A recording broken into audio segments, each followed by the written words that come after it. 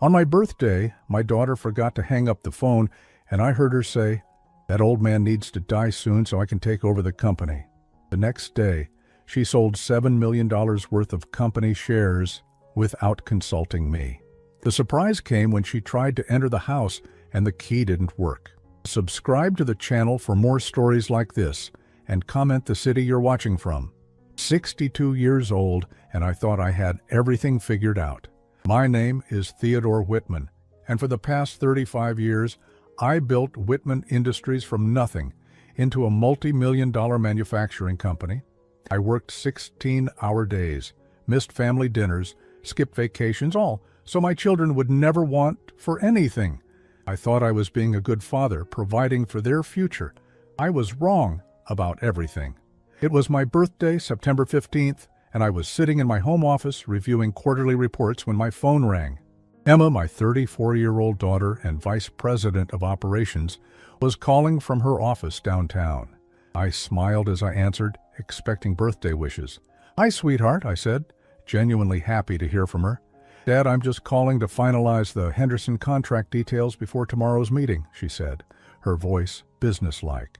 We talked for about 10 minutes about delivery schedules and pricing negotiations. Standard stuff.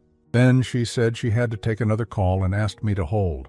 What happened next changed everything. She didn't hang up properly. I could hear her talking to someone else in her office, probably thinking our call had ended. At first I was going to hang up myself, but then I heard my name mentioned. "The old man is getting too involved in day-to-day operations again." Emma's voice came through clearly. "He's questioning every decision I make." I froze. The old man? Was she talking about me? "Look, Marcus," she continued, and I realized she was talking to my son, her brother. "We need to speed this up. That old man needs to die soon so I can take over the company completely. I'm tired of pretending to respect his opinions when he's clearly losing his edge." My blood turned to ice. I gripped the phone so hard my knuckles went white. Marcus laughed. "Emma, you can't just say stuff like that out loud. What if someone hears you?" "Please, he's probably napping in his office like he always does after lunch. Besides, look at the numbers. I've been running this company for 2 years while he plays golf and goes to those boring industry dinners. The board knows it. Our clients know it. He's becoming irrelevant." "Still," Marcus said, "maybe we should be more careful about timing. The share transfers need to look natural."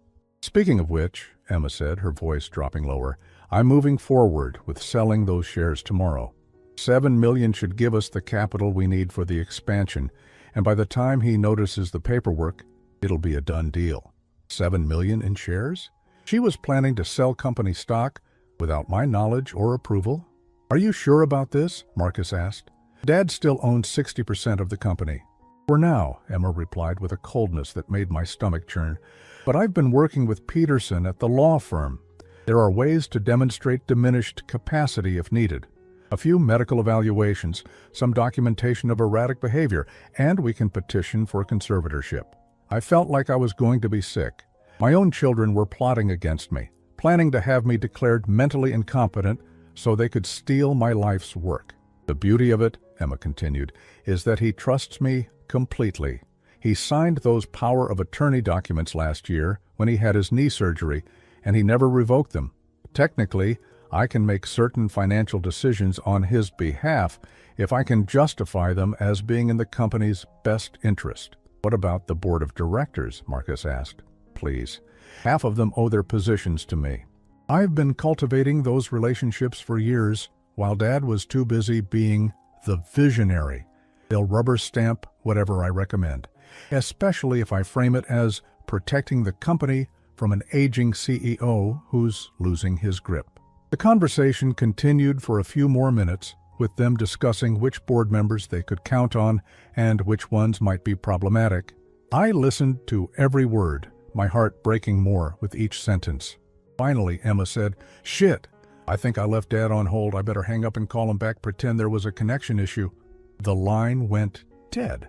I sat there in my office, staring at the phone in disbelief. The quarterly reports were still spread across my desk, but I couldn't focus on the numbers anymore. All I could think about was that voice, my daughter's voice, cold and calculating, discussing my death like it was a business transaction. That old man needs to die soon. The words echoed in my head. This was Emma, the little girl I used to read bedtime stories to, the teenager I taught to drive, the young woman whose college tuition I paid without hesitation. The same Emma I'd been grooming to take over the company someday, thinking I was setting her up for success. My phone rang again. Emma's name appeared on the screen. I let it ring 3 times before answering, trying to compose myself. "Dad? Sorry about that. I think we got disconnected." "Something weird with the phone system here?"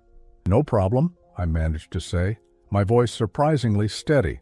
"What were you saying about the Henderson contract?" We finished our conversation, both of us pretending nothing had happened. But everything had changed. Every word she spoke sounded different now. Every concern she expressed about the company felt like manipulation. After we hung up, I walked to my window and looked out at the garden my late wife Margaret had planted 20 years ago. She'd been gone for 5 years now, and I found myself wishing desperately that she was here to help me process this betrayal. Margaret always saw through people's motives better than I did. The next morning, I woke up early and went straight to my computer. I wanted to check our company's stock transactions before heading to the office. What I found confirmed my worst fears. Emma had indeed sold $7 million worth of shares using the electronic authorization system. The transactions were time-stamped at 6:47 a.m.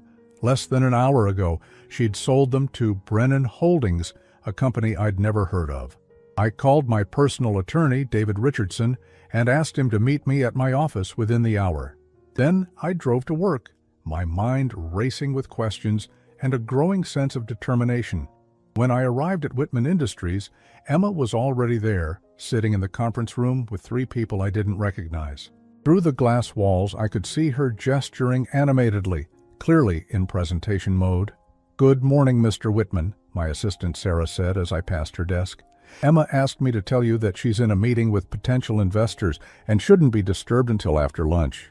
"Thank you, Sarah," I said, forcing a smile. "I'll be in my office." I spent the morning reviewing every document Emma had access to, every authorization she'd been given, every decision she'd made on behalf of the company in recent months. The picture that emerged was disturbing. She'd been systematically positioning herself as the de facto leader while portraying me as increasingly out of touch. David arrived at 11:30, and I told him everything. He listened without interruption, taking notes, his expression growing more serious with each detail. "Theodore," he said when I finished, "this is potentially criminal fraud if she's been forging signatures or misrepresenting her authority to make these transactions." "What are my options?" I asked. "Several. We can freeze her access to company accounts immediately. We can call an emergency board meeting to revoke her authorizations. And depending on what we find in our investigation, we might need to involve law enforcement." "I want to be strategic about this," I said.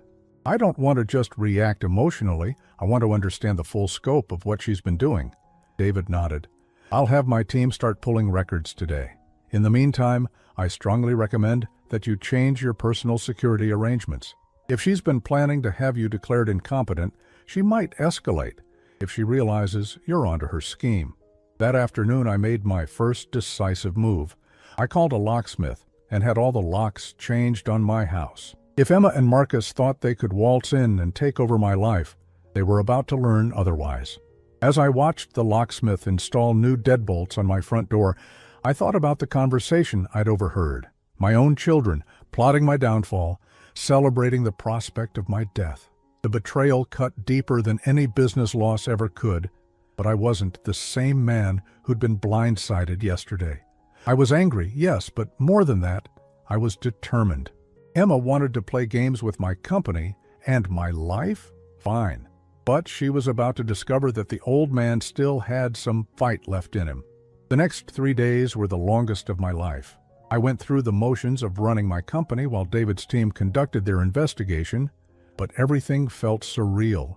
Every interaction with Emma became a performance where we both pretended nothing had changed. She was good at it, I had to admit. Professional, concerned about quarterly projections, asking thoughtful questions about our expansion plans.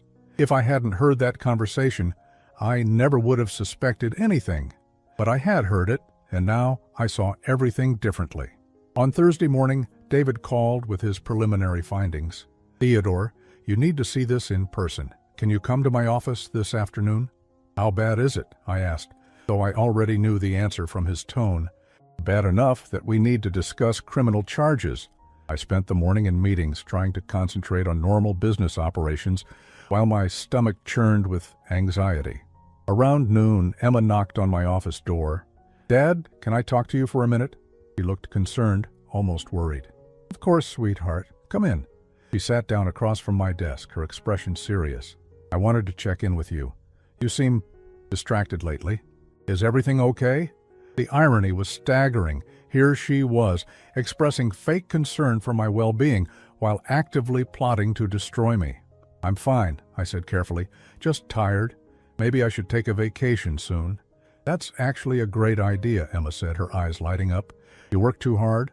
Maybe somewhere relaxing, like that spa resort in Arizona you mentioned last year?" I nodded, wondering if she was already calculating how long my absence would give her to consolidate power. "I'll think about it." "Good. You know Marcus and I worry about you sometimes, especially since Mom died. We just want to make sure you're taking care of yourself." The concern in her voice sounded so genuine that for a moment I almost doubted what I'd heard. Almost. After she left, I called David and moved our meeting up to 2 p.m. His office was downtown, in one of those glass towers that screamed expensive legal advice. David had been my attorney for 15 years, handling everything from business contracts to Margaret's estate planning. I trusted him completely. "Sit down, Theodore," he said, gesturing to the leather chairs in front of his desk. "What I'm about to show you is going to be difficult to hear." He opened a thick folder and pulled out several documents. "Let's start with the share sales. Emma has been selling company stock for the past 6 months, not just the $7 million from this week. The total amount is just over $12 million.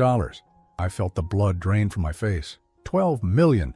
She's been careful about it, spreading the sales across different brokers, making them look like routine portfolio management. But when you add them up, she's liquidated nearly 8% of the company's outstanding shares. Where did the money go?" David pulled out a second set of documents. "That's where it gets interesting. The money was transferred to something called Whitman Holdings, LLC, a company that was incorporated 3 months ago in Delaware." "I've never heard of Whitman Holdings." "That's because you're not listed as an owner. According to the corporate filings, the company is owned by Emma Whitman Caldwell and Marcus Whitman. Your children created their own company and have been funneling money into it." I stared at the documents, trying to process what this meant. "Is that legal?" "That depends on whether she had legitimate authority to make those stock sales, which brings us to the bigger problem." David pulled out another folder. "We've found evidence that Emma has been forging your signature on various documents for at least a year." He showed me photocopies of authorization forms, loan applications, and board resolutions, all bearing my signature, but I'd never seen any of them before. "How is this possible?" I asked. "She's very good at it. Look at this." David placed 2 documents side by side, one with my real signature from a contract I remembered signing, and another from a board resolution I'd never seen. The signatures were nearly identical. "We also found this," David continued, pulling out a medical report. "Dr. Raymond Patterson, the neurologist Emma insisted you see last year for those headaches, he filed a report suggesting you might be experiencing early cognitive decline." I remembered the appointment. Emma had been worried about my headaches and scheduled the consultation herself. Dr. Patterson had run some tests and said everything looked normal.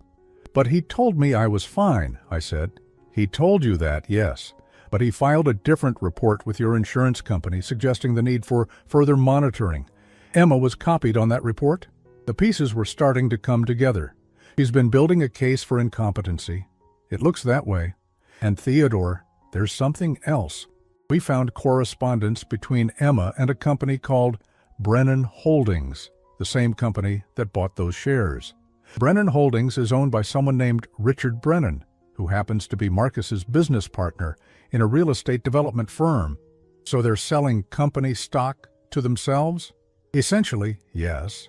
They're using one shell company to buy stock from another shell company, moving money around to make it look like legitimate business transactions, while actually stripping assets from Whitman Industries. I leaned back in my chair, overwhelmed. How much have they stolen? Based on what we've found so far, close to $15 million, but that's just what we can document. There might be more. Girl, I thought about all the times Emma had praised my business instincts, all the occasions she'd told me how much she'd learned from watching me work. All lies. What do we do now? I asked. We have several options. We can file criminal charges for fraud and embezzlement. We can pursue civil remedies to recover the stolen funds. We can call an emergency board meeting to remove Emma from her position and revoke all her authorizations. What do you recommend? David leaned forward. Honestly, I think we should move fast and hit hard. If Emma realizes you know what she's been doing, she might try to accelerate her timeline. Remember, she was talking about having you declared incompetent. If she files those papers before we act, it becomes a much more complicated legal battle. I drove home that evening, feeling like I was living in a nightmare. The house felt different now, knowing that Emma and Marcus had been planning to take it away from me. I walked through the rooms Margaret and I had filled with memories, wondering how many more of my possessions my children had already claimed in their minds. Around 7 o'clock, I heard a car pull into my driveway. Through the window, I saw Emma getting out of her BMW, walking toward the front door with that confident stride that used to make me so proud. She tried her key first. When it didn't work, she tried again, jiggling it in the lock. Then she knocked. "Dad, are you home? My key isn't working." I opened the door and found her standing there with a confused expression that might have been genuine if I didn't know better. "Hi, sweetheart," I said. "What brings you by?" "I brought dinner," she said, holding up a bag from my favorite Italian restaurant. "I thought we could eat together and talk about that vacation we discussed." "That's thoughtful of you. But why were you trying to use your key?" She laughed, but I caught a flicker of something else in her eyes. "Force of habit, I guess. I've had keys to this house since I was 16. "Yes? Well, I had the locks changed yesterday. Security upgrade." "Security upgrade?" Her voice was carefully neutral, but I could see her mind working. "Is everything okay? Did something happen?" "Nothing happened. I just decided it was time for better security. You understand?" We stood there looking at each other for a moment, and I realized this was the moment of truth. She knew that I knew something was wrong, even if she wasn't sure exactly what. "Dad," she said slowly, "you're worrying me. This isn't like you. Changing locks without telling anyone, talking about vacations. Are you feeling all right?" And there it was, the setup. The concerned daughter worried about her father's mental state, laying the groundwork for what would come next. "I'm feeling perfectly fine," I said. "Better than I have in months, actually, clearer." She studied my face, and I could practically see her calculating her next move. "Well," she said finally, "maybe we should reschedule dinner. You seem tired." "Maybe we should." She turned to leave, then stopped. "Dad, I love you. You know that, right? Whatever's going on, we can work through it as a family." "Of course," I said. "Family is everything." After she drove away, I sat in my living room and called David. "She knows something's changed," I told him. "She tried to use her old key, and when I mentioned the security upgrade, I could see her trying to figure out what I suspected." "All right," David said. "Tomorrow morning, we call that emergency board meeting. And Theodore, don't be alone with her until this is resolved. If she's desperate, there's no telling what she might do." That night, I barely slept. I kept thinking about the little girl who used to climb into my lap when she was scared, the teenager who called me her hero, the young woman who said she wanted to follow in my footsteps. When had she stopped being my daughter and become my enemy? And more importantly, how had I been so blind to it for so long? The emergency board meeting was scheduled for Friday at 10 a.m. I arrived early, wanting to gauge the mood of the directors before Emma got there. What I discovered made my stomach turn. "Theodore," called out Robert Chen, our longest-serving board member, "Emma told us you wanted to discuss some changes to company leadership. She's really stepped up these past few months, hasn't she?" I forced a smile. "Has she now?"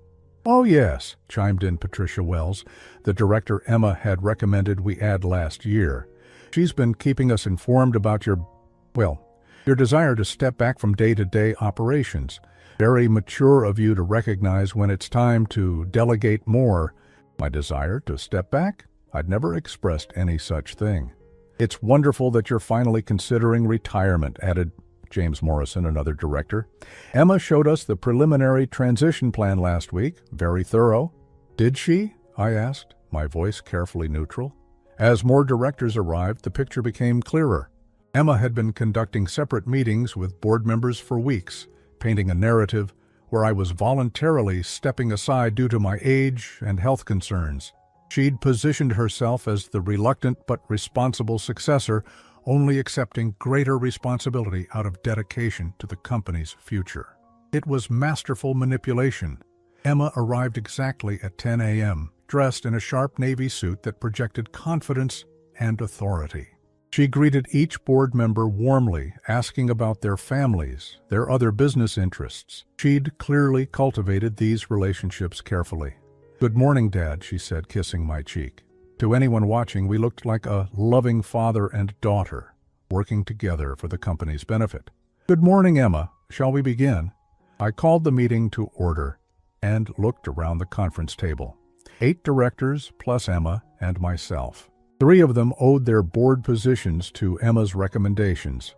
2 others had been receiving consulting fees from Whitman Holdings, Emma's shell company, though they probably didn't realize the connection. "I've called this meeting," I began, "because I've discovered some concerning financial irregularities that require immediate attention." Emma's expression didn't change, but I caught the slight tightening around her eyes. Over the past 6 months, approximately $12 million in company stock has been sold without proper board authorization. The proceeds have been transferred to external entities with unclear ownership structures. Robert Chen frowned. "Theodore, I thought we discussed this. Emma explained that you'd authorize those sales as part of the capital restructuring plan." "I authorized no such sales," I said firmly. "Dad," Emma interjected, her voice gentle but concerned, "we talked about this just last month. You signed the authorization yourself, don't you remember?" She reached into her briefcase and pulled out a document bearing what looked like my signature. Several board members leaned forward to examine it. "This is my signature," Emma continued, "but look at the date. This conversation happened right after you'd been to see Dr. Patterson about those headaches. You seemed confused that day, and I was worried about you pushing yourself too hard." I stared at the document. The signature was perfect because it was mine, but I'd never seen this document before in my life. "Emma," I said carefully, "I need you to explain to the board how you've been able to execute these transactions."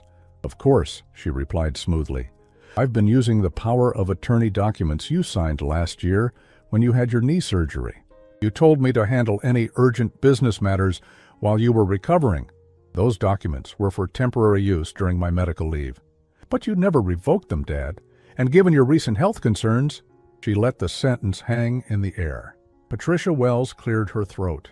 "Theodore, are you suggesting that Emma has been acting without authority? Because that's a serious accusation." "I'm suggesting that someone needs to explain where $12 million went," I said. Emma opened another folder. "The money is perfectly accounted for. It's been invested in the Brennan Holdings project, the new manufacturing facility we discussed, the one that will double our production capacity." She distributed copies of what appeared to be a comprehensive business plan, professional charts, projected returns, detailed financial models. It looked legitimate, except for one problem. "When exactly did we discuss this Brennan Holdings project?" I asked. 3 weeks ago in your office. Don't you remember? You were very excited about the expansion potential." The board members were looking between us now, clearly uncomfortable. They were watching a father and daughter contradict each other, and they weren't sure who to believe.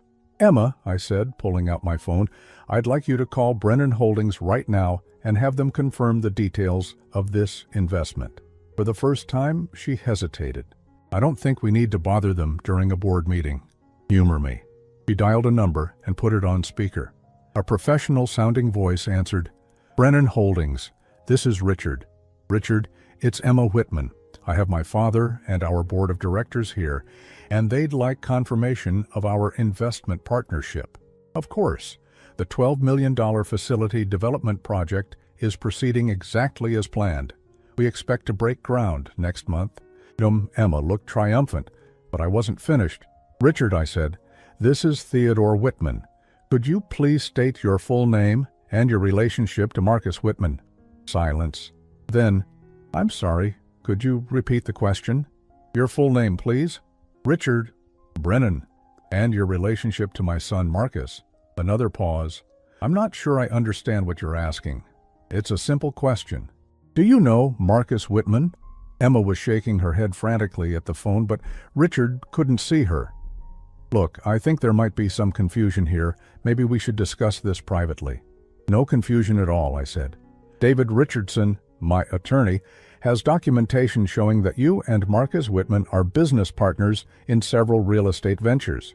He also has evidence that Brennan Holdings was incorporated 3 months ago, with Emma and Marcus as the actual owners. The conference room erupted. Board members started talking over each other, demanding explanations. Emma's face had gone pale, but she was still fighting. Dad, you're clearly confused. This is exactly what Dr. Patterson was worried about. You're connecting things that aren't connected, becoming paranoid. Am I?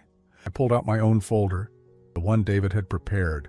Then perhaps you can explain these forged signatures, or the medical report you commissioned suggesting I have cognitive decline, or the fact that you've been telling board members I want to retire when I've never expressed any such intention. I distributed copies of the evidence David had gathered. Bank records, signature comparisons, email communications between Emma and various board members. The room fell silent as everyone examined the documents. James Morrison was the first to speak. Emma, these signature comparisons, they're very concerning. Anyone can hire an expert to claim signatures are forged, Emma replied, but her voice lacked its earlier confidence. What about these emails? Asked Robert Chen. This one from last month, where you tell Patricia that your father is showing signs of memory loss and confusion. Emma looked trapped. I was concerned about him. That's not a crime. But you never expressed these concerns to me directly, I said. In fact, every time we spoke, you told me how sharp and engaged I was. I didn't want to worry you. Or maybe, I said, standing up, you didn't want me to seek a second medical opinion that might contradict the narrative you were building. I turned to address the board directly. Emma has been systematically undermining my position while stealing from the company. She's forged my signature, misrepresented my wishes, and transferred millions of dollars to companies she secretly owns with her brother. This is insane, Emma said, her voice rising. You're having some kind of paranoid breakdown. Marcus warned me this might happen. Marcus warned you? I asked. When? She realized her mistake immediately. I just meant he's been worried about you too. Worried enough to help you steal $12 million? Patricia Wells had been studying the documents carefully. Emma, I need to ask you directly. Are you the owner of Whitman Holdings, LLC? Emma looked around the room, seeing skeptical faces where she'd once found support. Her carefully constructed web of lies was unraveling. It's complicated, she said finally. No, I replied. It's actually quite simple. You've been embezzling money from the company you thought you were going to inherit. You've been forging my signature and spreading lies about my mental health to justify taking control, and you involved your brother in the scheme. We were protecting the company. Emma suddenly exploded. You've been making terrible decisions for months.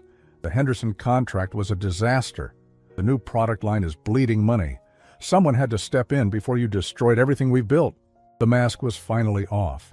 The concerned daughter act had crumbled, revealing the ambitious executive who saw her father as an obstacle to her plans. So you decided to commit fraud, I said.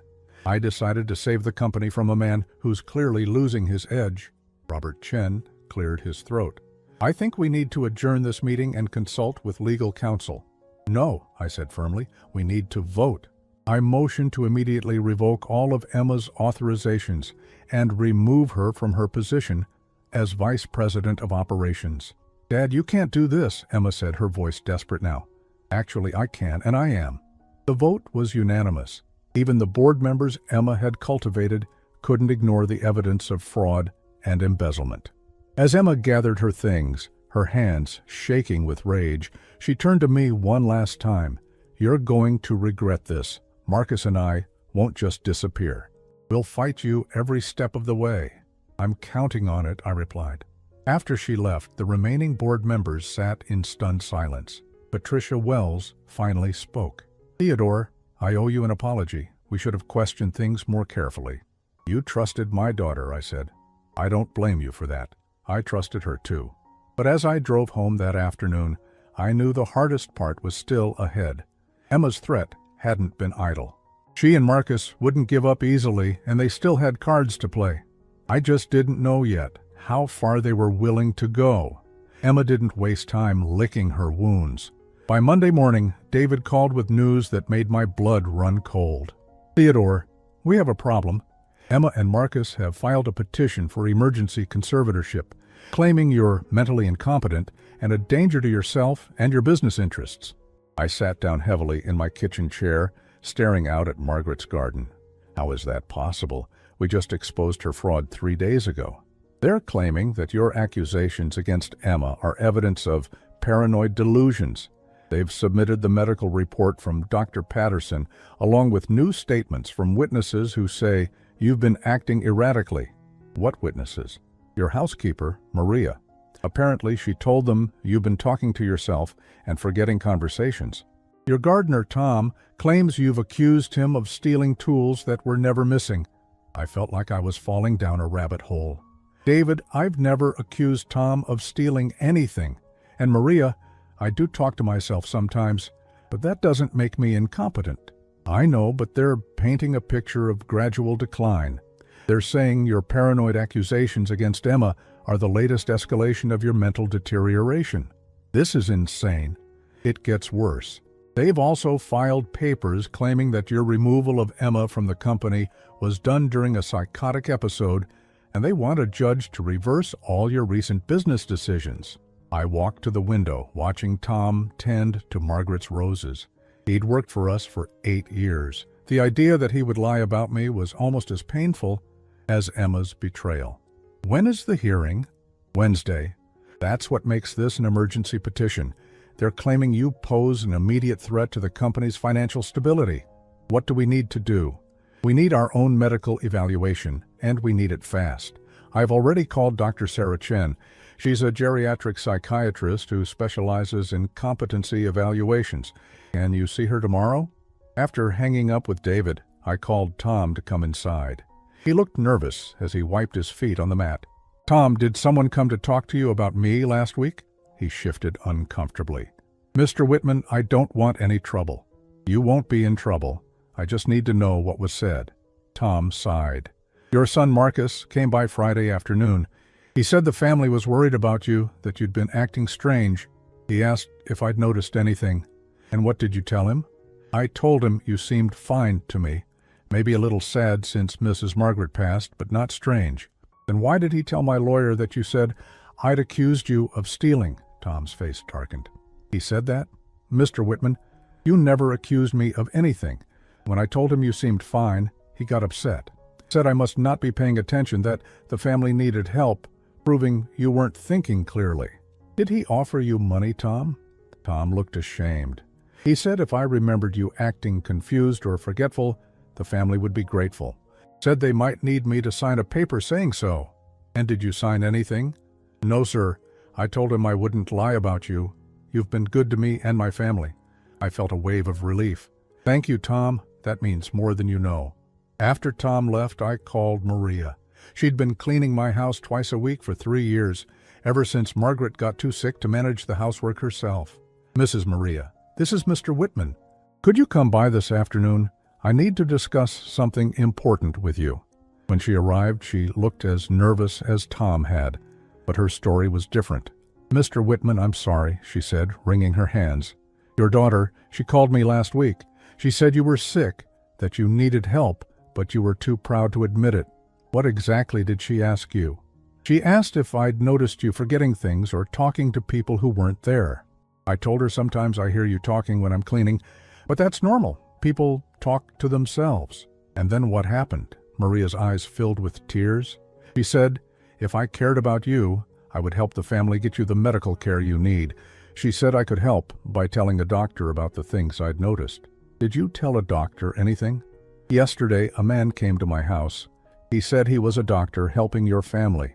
He asked me questions about your behavior, and I answered honestly. But Mr. Whitman, I think maybe I said the wrong things. What did you tell him? I told him that sometimes you talk to Mrs. Margaret's picture, and sometimes you seem sad and confused. I told him once I found you crying in her room. He wrote it all down like it was important. I closed my eyes. Emma had manipulated Maria's genuine concern for my well-being, twisting innocent observations into evidence of mental illness. Maria, you weren't wrong to be concerned about me. I do miss my wife, and yes, sometimes I talk to her picture. But that doesn't mean I'm crazy or incompetent. I know that now, she said. But this doctor, he made it sound like you were in danger. The only danger I'm in comes from my own children. That evening, Marcus called me directly for the first time since this whole nightmare began. Dad, we need to talk. I have nothing to say to you, Marcus. Look, I know you're angry about the business stuff, but this has gone too far. Emma told me about the board meeting, about how you humiliated her in front of everyone. I exposed her criminal behavior. If she felt humiliated, that's her conscience talking. Dad, listen to yourself. You're talking like everyone is out to get you. That's not normal. I laughed bitterly. Marcus, you and your sister have stolen millions of dollars from me and are now trying to have me declared insane. Paranoia would be if I thought you were plotting against me without evidence. We're not plotting against you. We're trying to help you. By stealing from my company? By protecting it from your bad decisions? Dad, the company has lost money 3 quarters in a row. Your judgment isn't what it used to be. My judgment was good enough to catch you both red-handed. Marcus was quiet for a moment. Dad, what if we made a deal? Drop this competency stuff and we'll return the money. All of it? Most of it. Some of it's already been invested in legitimate projects. No deal. You both committed crimes and you're going to face the consequences. Then you leave us no choice. The hearing is Wednesday, and we have enough evidence to convince any judge that you're not capable of managing your affairs. We'll see about that. After Marcus hung up, I sat in my study, surrounded by photo albums and business records, preparing for the fight of my life. David had sent over a stack of documents to review, character references, financial statements, medical records going back years. The next morning, Dr. Sarah Chen's evaluation was comprehensive and exhausting. She spent 4 hours testing my memory, reasoning ability, emotional stability, and decision-making capacity. She also interviewed me extensively about my relationship with Emma and Marcus. Mr. Whitman, she said at the end of our session, I want to be clear about something. Your grief over your wife's death is normal and healthy. Your anger about your children's betrayal is rational and appropriate. And your business decisions, based on what you've shown me, appear to be sound and well-reasoned. So I'm not crazy? You're a man dealing with extraordinary stress from family betrayal, but your cognitive function is excellent for someone of any age, let alone 62. Will you testify to that? Absolutely. What your children are doing is unconscionable. Wednesday morning arrived gray and rainy, matching my mood as David and I walked into the courthouse. Emma and Marcus were already there with their attorney, a sharp-looking woman in an expensive suit. Emma wouldn't meet my eyes, but Marcus stared at me with what I could only describe as pity. He genuinely seemed to believe I was mentally ill. The hearing lasted 3 hours. Emma's attorney presented their case methodically, the medical report suggesting cognitive decline, witness statements about my erratic behavior, evidence of my paranoid accusations against Emma. Dr. Patterson testified via video link, carefully hedging his statements, but confirming that he'd recommended monitoring for potential cognitive issues. Then, David presented our case. Dr. Chen's evaluation was devastating to their argument. She explained clearly why my behavior was rational, not paranoid, and demonstrated my cognitive abilities were well within normal ranges. Tom testified about Marcus pressuring him to lie.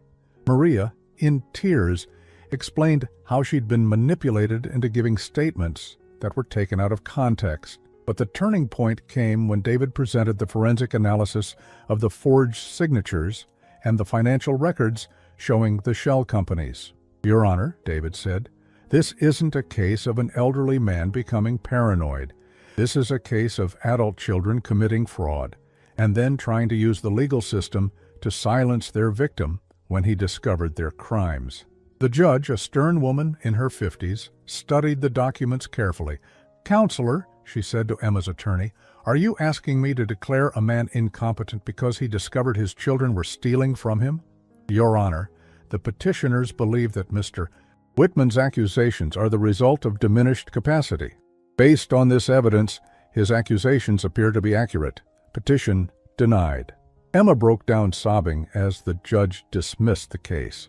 Marcus looked stunned, as if he couldn't believe his plan had failed. As we left the courthouse, Emma grabbed my arm. Dad, please, can't we work this out as a family? I looked at her, really looked at her, for what felt like the first time in months. The ambitious executive mask was gone, replaced by something that might have been genuine remorse. Emma, I said quietly, you wished for my death. You stole from me. You tried to have me declared insane. There's no coming back from that. I never meant for it to go this far, but it did go this far, and now we all have to live with the consequences. As I walked away with David, I felt something I hadn't experienced in weeks: hope. The legal battle was over, but I knew the real work was just beginning. The weeks following the court hearing brought a strange mixture of relief and devastation. I had won the legal battle, but the cost was becoming clear. My family was disintegrating, and the emotional wreckage seemed to spread wider each day. Emma's criminal charges moved forward swiftly. David worked with the district attorney's office to build a comprehensive case for embezzlement, fraud, and forgery. The evidence was overwhelming, and Emma's attorney advised her to consider a plea bargain. But Emma wasn't going quietly. She's hired a public relations firm, David informed me during one of our weekly meetings. They're trying to spin this as a family dispute, painting you as a vindictive father using the legal system to punish his children for business disagreements. I wasn't surprised. Even facing criminal charges, Emma was still trying to control the narrative. The local business journal ran a story titled "Family Feud Rocks Whitman Industries," complete with quotes from unnamed sources, suggesting I was an unstable patriarch destroying my own legacy. I recognized Emma's voice in every carefully crafted statement. But the strategy backfired. The forensic evidence was too strong, and several employees came forward with information about Emma's increasingly erratic behavior in the months before her exposure. They described meetings where she'd badmouthed my decisions to clients, instances where she'd contradicted my instructions to vendors, and conversations where she'd implied she was the real decision-maker at the company. Marcus, meanwhile, was unraveling in a different way. He called me on a Thursday evening, and I could tell he'd been drinking. Dad, I need to talk to you. Marcus, if this is about the charges, you need to speak with your attorney. No, it's not about that. It's about everything. I've been thinking about what Emma said about wishing you were dead, and I need you to know I never wanted that. I sat down heavily in my chair. But you were willing to steal from me. I thought, God, I don't know what I thought. Emma made it sound like you were losing your edge, like the company was in trouble because of your decisions. She showed me financial reports that made it look like we were hemorrhaging money. What reports? Monthly statements showing losses in divisions you were directly managing. Projections showing the company would be bankrupt within 2 years if nothing changed. I felt a chill. Marcus, those reports were fabricated. The company has been profitable for 18 consecutive quarters. Silence on the other end of the line. What do you mean, fabricated? Emma created false financial documents to convince you that I was destroying the business. She manipulated you just like she manipulated the board members, just like she manipulated Maria and tried to manipulate Tom. That's not, she wouldn't, but his voice trailed off, and I could hear the doubt creeping in. Marcus, when did Emma first approach you about the shell companies? Last year after Mom died. She said you were making emotional decisions. That grief was affecting your judgment. She showed me contracts you'd supposedly signed that would have cost us millions. Contracts I never signed. Jesus. The word came out as a whisper. She said she was protecting you, protecting all of us. She said if the company failed, it would kill you. For the first time since this nightmare began, I felt sorry for Marcus. He'd been played just as thoroughly as everyone else. But unlike the board members or employees, he was my son. Emma had used his love for me against both of us. Marcus, I need you to understand something. Your sister is a very intelligent woman who has been planning this for a long time. She didn't just wake up one day and decide to steal from the company.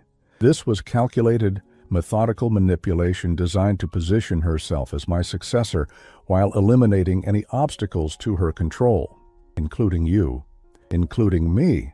A few days later, Marcus came to see me in person. He looked terrible, unshaven, hollow-eyed, like he hadn't slept in weeks.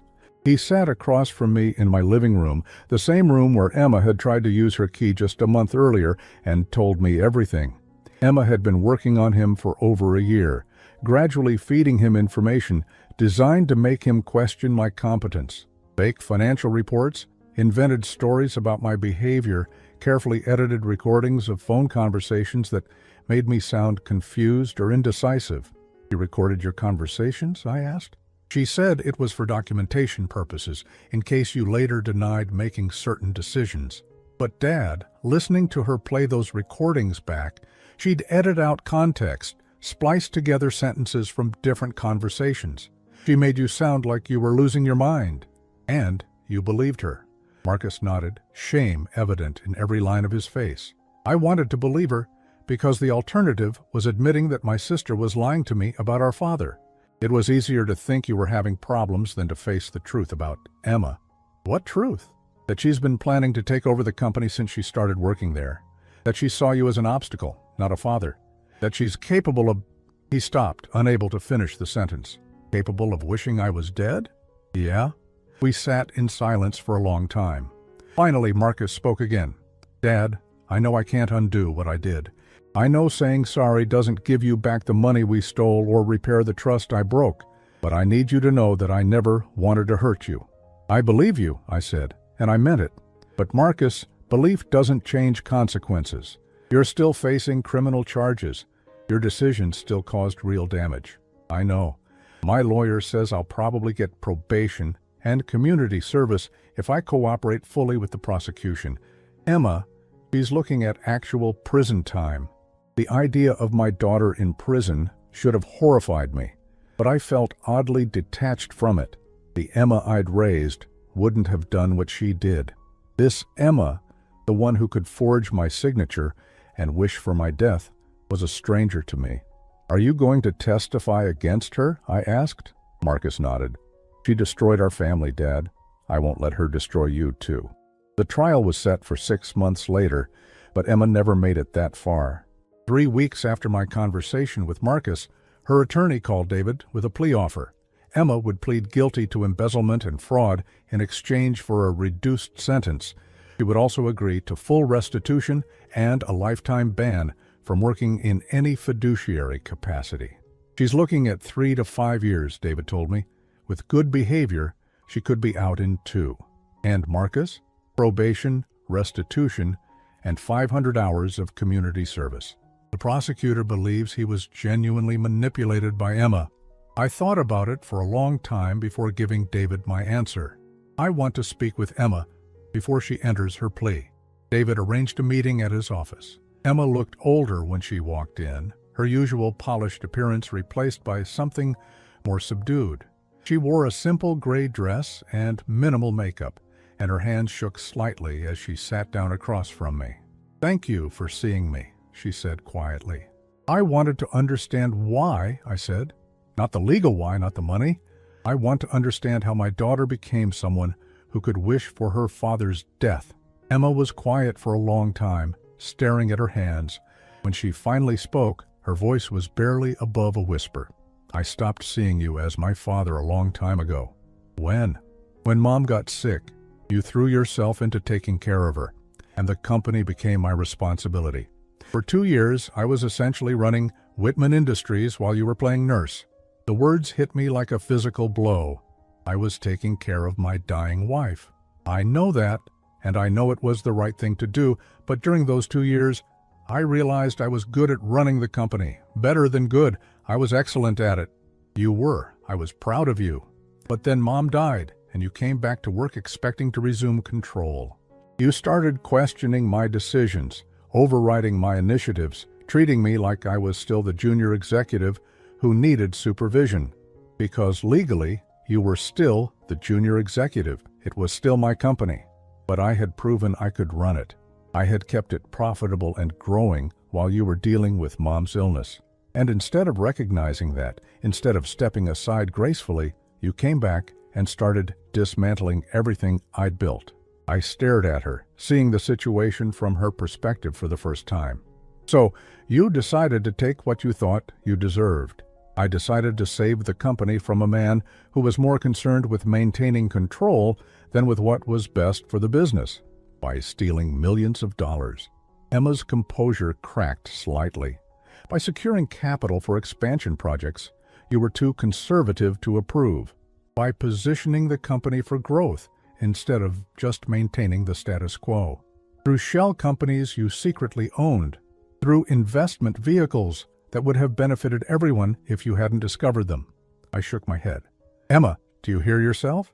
You're still trying to justify embezzlement as business strategy. I'm trying to explain that I never intended to hurt you personally. This was about the company, about its future. And wishing I was dead? How does that fit into your business strategy? For the first time, Emma looked genuinely ashamed. I was frustrated. I said something horrible in a moment of anger, but I didn't mean it. You meant it enough to follow through with stealing $7 million the next day.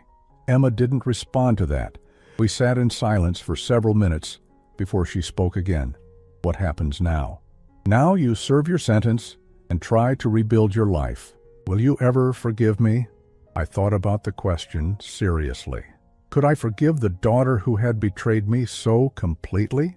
Could I separate the child I'd raised from the woman who had wished for my death? I don't know, I said finally. I honestly don't know. Emma entered her plea the following week. 3 years in minimum security prison, full restitution, and supervised probation upon release. Marcus received his probation and community service. As I watched my daughter being led away in handcuffs, I felt something I hadn't expected. Not satisfaction, not vindication, but a profound sadness for the family we had been and could never be again. 6 months after Emma's sentencing, I made a decision that surprised everyone, including myself. I called an emergency board meeting and announced my retirement. Theodore, Robert Chen said, clearly stunned. Are you sure about this? The company is stronger than it's been in years. We've recovered from the financial losses, and our Q3 projections are excellent. I'm sure, I said, looking around the conference table, at faces that had become familiar over the past decade. I'm 63 years old, and I've spent most of my adult life building this company. It's time for someone else to take it forward. Patricia Wells leaned forward. But who? With Emma gone and Marcus, well, who did you have in mind as your successor? I'm recommending that we promote Jennifer Martinez to CEO. She's been our CFO for 8 years. She has an MBA from Wharton, and most importantly, she has integrity. Jennifer, who was sitting at the far end of the table, looked shocked. Mr. Whitman, I'm honored, but are you certain? This is such a sudden change. Jennifer, you've been keeping this company financially sound while I dealt with my family crisis. You've earned this opportunity. The transition took 3 months. I spent that time training Jennifer, introducing her to key clients, and ensuring she understood every aspect of the business. She was brilliant, asked thoughtful questions I hadn't considered, and brought fresh perspectives to challenges I'd been approaching the same way for years. You know, she said one afternoon, as we reviewed supplier contracts, Emma wasn't entirely wrong about the company being too conservative. Some of her expansion ideas had merit, even if her methods were criminal, such as the manufacturing capacity increase she was planning. Our current facilities are running at 92% capacity. If we get the Henderson contract renewal and the 2 new accounts we're bidding on, we'll need additional production capability within 18 months. I smiled. Then you should start planning for that expansion.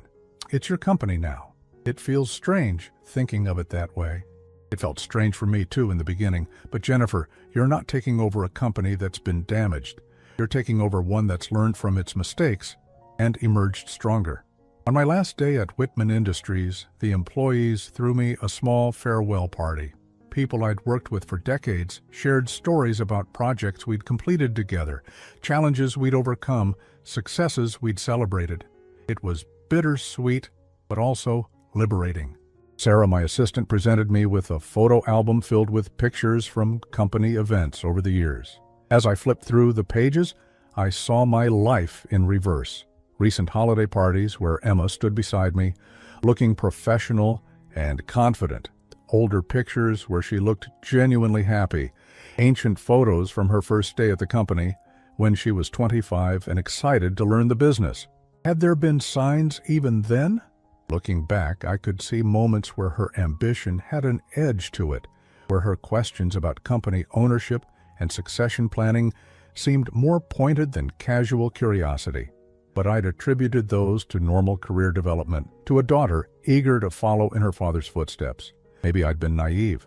Or maybe Emma had simply changed over time, her initial enthusiasm gradually corrupted by proximity to power and money. I cleaned out my office that evening, boxing up 35 years of accumulated documents, awards, and mementos. As I was packing the last items, I found a letter Margaret had written me during her final weeks. I'd forgotten it was there, tucked into a desk drawer behind some old files. My dearest Theodore, it began in her careful handwriting, I know these have been difficult months for both of us, but I need you to know how proud I am of the man you've become and the father you've been. Emma and Marcus are lucky to have you, even if they don't always appreciate it. When I'm gone, please don't let guilt or regret overshadow the joy you've brought to my life and to theirs. You have so much more to give to this world. Don't stop living just because I had to. I sat at my empty desk and cried, not just for Margaret, though I missed her desperately. I cried for the family we'd thought we were building, for the children I'd thought I was raising, for the future I'd imagined we'd share. But I also cried with relief. I was free from expectations that had been crushing me, free from relationships that had become toxic, free to discover who Theodore Whitman was when he wasn't trying to be the perfect father or the dedicated CEO. 2 weeks later, I sold the house.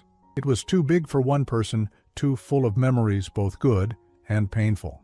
I donated most of the furniture to charity, kept only the pieces that held special meaning, and moved into a 2-bedroom condo downtown. The space was modern, bright, and completely mine. Tom helped me pack Margaret's garden. We carefully transplanted her favorite roses to large planters that would fit on my new balcony. Some plants wouldn't survive the move, but others would adapt and thrive in their new environment. Kind of like starting over, isn't it, Mr. Whitman? Tom said as we loaded the last planter into his truck. Kind of like that, yes? I kept Tom on as my gardener, paying him to maintain the balcony garden and help with a community garden project I'd gotten involved with. Maria continued to clean for me twice a week, though there was much less to clean in the smaller space. The restitution money from Emma and Marcus had been returned to the company accounts, but I'd been well compensated for my shares when I retired. I had more money than I could reasonably spend in my remaining years, and I began to think seriously about what to do with it. I started small. Anonymous donations to the local food bank, scholarship funds at the community college, grants to help small businesses get started. Then I got more creative. I established the Margaret Whitman Foundation, focused on supporting programs for elderly caregivers and their families. I had learned during Margaret's illness how isolating and exhausting it could be to care for a dying spouse, and I wanted to help other families navigate that journey with more support than we'd had. The Foundation's first major project was a day program that provided respite care for families dealing with terminal illness. Trained volunteers would spend time with patients, allowing caregivers to work, run errands, or simply rest. It was something I wished had existed during Margaret's final months. Working with the Foundation introduced me to people I never would have met otherwise. Social workers, nurses, volunteers, Families dealing with unimaginable challenges.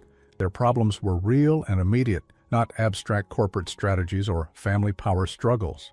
I met Helen Rodriguez at a foundation event 6 months after my retirement. She was 71, a retired teacher whose husband had Alzheimer's. She'd been caring for him alone for 3 years, and the isolation was overwhelming her. "I love him," she told me over coffee after a support group meeting, "but some days I feel like I'm disappearing, like I'm becoming nothing more than his caregiver. And the woman I used to be is just gone." I understood that feeling, for different reasons, but I understood it. Helen and I began meeting regularly, sometimes with her husband Luis, when he was having good days, sometimes just the two of us, when she needed to talk to another adult who didn't require constant care. "You know what I miss most?" she asked me one afternoon as we walked through the botanical gardens. "I miss having conversations about things that matter to me. Luis can't follow complex topics anymore, and my children call to check on him, not to hear about my day or my thoughts." "What did you used to think about?" I asked. "Everything. Books, politics, travel, philosophy. I had opinions about things. I had interests beyond medical appointments and medication schedules. We started a book club, just the two of us at first, then we invited other caregivers and retirees we'd met through the foundation. Within 6 months, we had 12 regular members who met weekly to discuss everything from contemporary fiction to biographies to social issues. Helen was brilliant. She had insights into literature that made me see familiar books in completely new ways. She was also funny, kind, and utterly without pretense. She treated me like Theodore the person, not Theodore the former CEO or Theodore the betrayed father. "Do you miss your old life?" she asked me one evening after our book club had finished discussing a novel about family secrets. "Sometimes," I said honestly, "I miss the version of my family that I thought existed.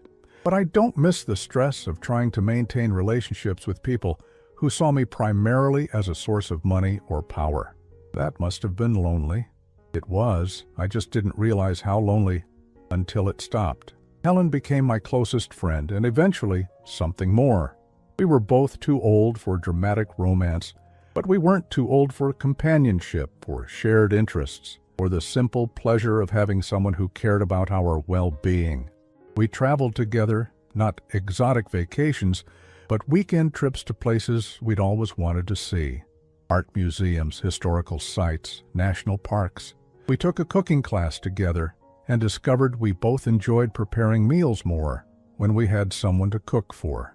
"You know what's strange?" Helen said one evening as we prepared dinner in my kitchen.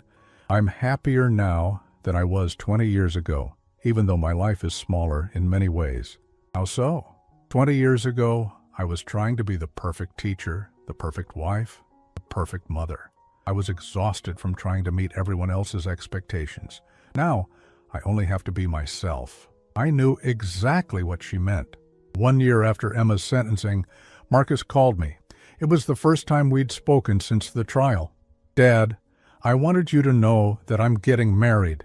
"Congratulations," I said, and I meant it. "Tell me about her." "Her name is Carol. She's a nurse and she has 2 kids from her first marriage. We met when I was doing my community service at the Children's Hospital." "That sounds wonderful, Marcus." "Dad, I know things between us are complicated, but I'd like you to meet her, and I'd like to invite you to the wedding if you're willing to come." I thought about it for a long moment. "Marcus, are you happy?" "Yeah, I am really happy. Carol doesn't care about the company or the money or any of that. She just cares about me." "Then I'd be honored to come to your wedding." The wedding was small, held in Carol's backyard with about 30 guests. Marcus looked genuinely happy in a way I hadn't seen since he was a child. Carol was warm and practical, and her children, ages 8 and 10, clearly adored Marcus. During the reception, Marcus approached me while I was talking with Helen, whom I'd brought as my date. "Dad, I want to apologize again for everything that happened. I know I can't undo it, but I hope someday we can have a real relationship again." "We're having a real relationship right now," I said. "It's different from what we had before, but that doesn't make it less real." Marcus hugged me then, and for the first time in years, It felt genuine, rather than obligatory. As Helen and I drove home that evening, she asked, "How do you feel about seeing Marcus again?" "Cautiously optimistic," I said. "He seems to have learned from his mistakes, and he's found someone who loves him for who he is, not what he can provide." "And Emma?" "Emma is a different story." Emma was released after serving 2 years of her sentence. She called me once, about 6 months after her release, to ask if we could meet. I agreed to have coffee with her, curious to see who she'd become. She looked different. Prison had aged her, but it had also stripped away the artificial polish she had always maintained. She seemed smaller somehow, less intimidating. "I've been thinking about what you asked me," she said, after we'd ordered our drinks, "about when I stopped seeing you as my father. And I think it was when I realized that being your daughter wasn't enough. That no matter how hard I worked or how much I contributed to the company, I would always be Theodore Whitman's daughter first, and Emma Whitman second. Is that such a terrible thing? It was for me. I wanted to be valued for my own achievements, not as an extension of your legacy." I sipped my coffee, considering her words. "Emma, I always valued your achievements. I was proud of your success. But you never seriously considered making me your successor until it was almost too late. You always talked about the company like it was something you might pass down someday, not something I had earned the right to inherit." She wasn't entirely wrong. I had taken my own continued involvement for granted, had assumed I would remain CEO for many more years before transitioning power to the next generation. "You're right," I said. "I should have been more intentional about succession planning. But Emma, that doesn't justify what you did." "I know that now. I'm not trying to justify it. I'm trying to explain how I got so lost that theft and fraud seemed like reasonable solutions to my problems. Do you regret it?" "Every day. Not just because I got caught, but because I destroyed our family. Because I said terrible things about you that I didn't really mean. Because I let my ambition turn me into someone I don't recognize." We talked for another hour. Emma told me about her time in prison, about the therapy she had undergone, about her plans to start over in a different city, with a different career. She would never work in finance again, but she was considering social work or education. "I want to help people instead of using them," she said. "That sounds like a good goal."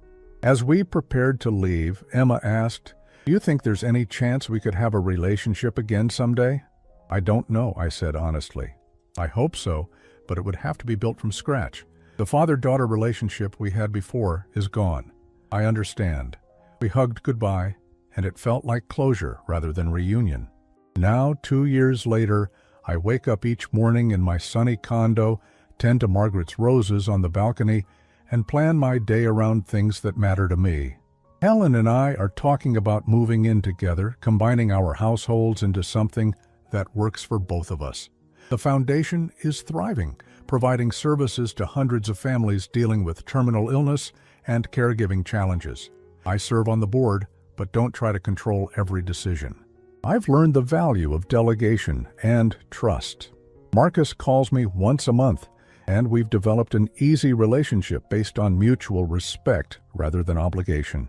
His stepdaughter recently won a science fair, and he sent me pictures of her acceptance speech. She's brilliant and confident, everything I hoped my own children would become. Emma sends me a Christmas card each year from Denver, where she works as a victim advocate for elderly abuse cases. The irony isn't lost on either of us. We don't talk regularly, but the cards are signed "Love Emma," and I believe she means it. I think about the conversation I overheard that started this whole journey, Emma wishing I would die so she could take over the company. In a strange way, I'm grateful for that moment of accidental honesty. It forced me to see my life clearly, to recognize relationships that had become toxic, and to make changes I never would have had the courage to make otherwise. I didn't die, as Emma had wished. Instead, I learned to live, really live, for the first time in years. Some people might call it a sad story, a man who lost his family and his company, but I call it a liberation story. I lost the illusion of a family and gained the freedom to build genuine relationships. I lost a company I'd outgrown and gained the opportunity to make a real difference in people's lives. I'm 71 now, and I've never been happier. That's not something I expected to be able to say when this all began, but it's the truth. Sometimes the best revenge is simply living well.